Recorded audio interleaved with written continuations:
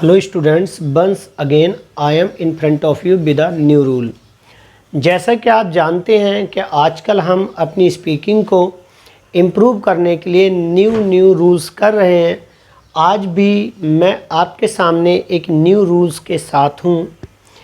जैसे कि आप लिखा हुआ देख रहे हैं, इन द हैबिट ऑफ। हैबिट से तो आपको वैसे ही पता पड़ गया होगा कि हमारी आदत को शो करता है, और इसमें ऑफ आ रहा है तो ऑफ के बाद हम वर्ब की फर्स्ट फॉर्म में आईएनजी लगाते हैं। किसी चीज़ की आदत को प्रकट करता है इन द हैबिट ऑफ। आप ये रूल देखो, subject plus is M R. आपको मैंने बता रखा है आपको इज किसके साथ लगाना है, आर किसके साथ लगाना है, एम किसके साथ लगाना है। फिर आपको इन द हैबिट ऑफ लगाना है, फिर वर्ब की फर्स्ट फॉर्म में आपको एनजी लगाना है, क्योंकि जो ऑफ है ये प्री पोजीशन है। प्री पोजीशन के साथ हम बी फर्स्ट में आईएनजी लगाते हैं। दूसरा रूल है आपका सब्जेक्ट हैज है प्लस द हैबिट ऑफ और वर्ब की फर्स्ट फॉर्म में आईएनजी।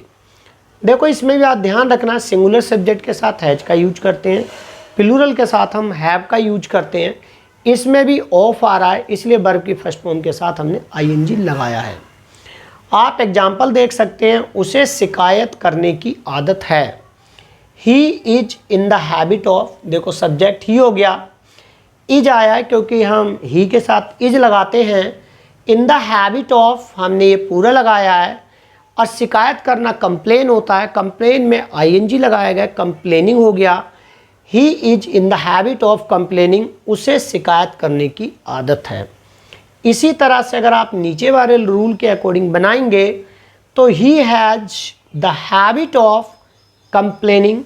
ध्यान रखना, अगर आप इज लगा रहे हैं, आर लगा रहे हैं, एम तो इन आएगा, हैज है वाले में इन नहीं आएगा, बाकी वैसा ही रहेगा। नेक्स्ट देखो, उसे बिस्तर पर पढ़ने की आदत है।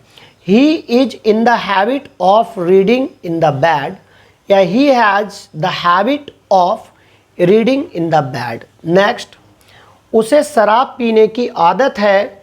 He is in the habit of drinking, या he has the habit of drinking. देखो ड्रिंकिंग अगर आप करते हैं तो शराब पीना हो जाएगा, अगर आप चाहें तो ड्रिंकिंग वाइन भी कर सकते हैं, वो आपकी मर्जी है। आपको झूठ बोलने की आदत है। You are in the habit of telling a लाई।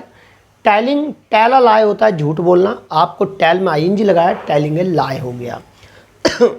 आपको झूठ बोलने की आदत है। You have the habit of telling a lie. उन्हें गाली देने की आदत है। They are in the habit of abusing, या they have the habit of abusing. उसे दूसरों को धोखा देने की आदत है। He is in the habit of cheating others और डिसीविंग अदर्स, या he has the habit of deceiving और चीटिंग अदर्स। कोई भी आप एक लगा सकते हैं। मुझे चाय पीने की आदत है। I am in the habit of taking tea, या I have the habit of taking tea. अगर आप इस तरह से सेंटेंसेस को बनाएंगे तो आपको पता पड़ जाएगा, जो हम डेली रूटीन की बातें करते हैं कि मेरी ये आदत है, मेरी ये आदत है, मेरी ये आदत है, तो आप इन्हें बहुत ही ईजिली बना सकते हैं।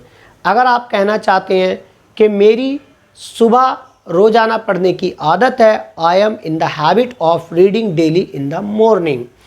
उसे यहाँ आने की आदत है। He is in the habit of coming here, या he has the habit of coming hair.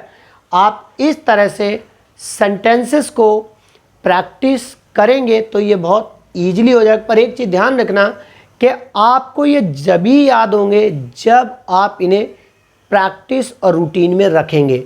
आपको लगता है कि बस आपने वीडियो देख ली, आपको इंग्लिश आ गई, तो ये आपकी बहुत बड़ी भूल है। इस तरह से इंग्लिश किसी को भी नहीं आ सकती है। आप ये बात अलग है कि हाँ आपको रटने की ज़रूरत है। अगर आप इस तरह से एटमॉस्फेयर में रह रहे हैं जहाँ हमेशा बंदे इंग्लिश में ही कम्युनिकेशन करते हैं, तो आपको रटने की ज़रूरत नहीं है। वो इंग्लिश में बोल रहे हैं, आप भी इंग्लिश में बोल रहे हैं, तो ये एक सब्जेक्ट नहीं है, लैंग्वेज की तरह आप यूज कर रहे हैं। पर सपोज करो कि आप जब ही इसे पढ़ रहे हैं जब आप वीडियो देख रहे हैं, या आप बुक पढ़ रहे हैं तभी पढ़ रहे हैं, तो आपको इतनी आसानी से लर्न नहीं होगा।